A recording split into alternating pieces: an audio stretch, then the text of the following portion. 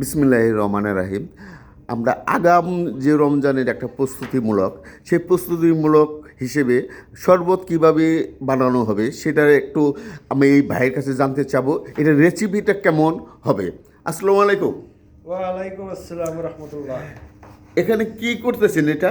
এটা রমজান চলে আসতেছে, রমজান উপলক্ষে আমরা একটু ট্রায়াল চলতেছে যে রমজানের মধ্যে আমরা যে রমজানের মধ্যে আসলে শরবতটা বেশি বেশি খাইতে হয়, সেজন্য চলতেছে যে আমাদের গ্রাম থেকে দেশি থেকে দেশীয় লেবু এটা আনা হয়েছে এবং এর মধ্যে আছে ইসবগুলের ভুসি এবং আখের গুড়।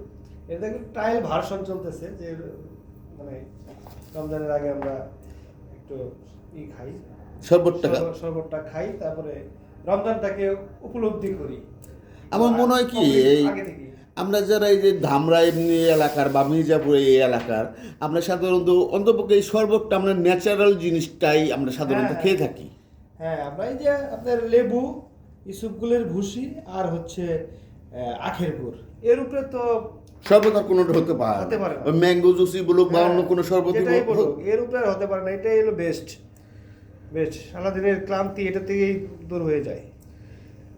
ঠিক আছে প্রিয় দর্শক, আপনাদের আমি যতদূর সম্ভব দেখানোর চেষ্টা করলাম।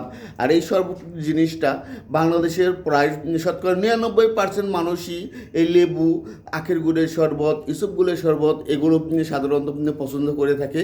আর আমার এই কন্টেন্টটা কেমন হয়েছে আপনারা কমেন্টের মাধ্যমে আপনারা জানাবেন। ভালো থাকবেন, সুস্থ থাকবেন। আল্লাহ হাফেজ।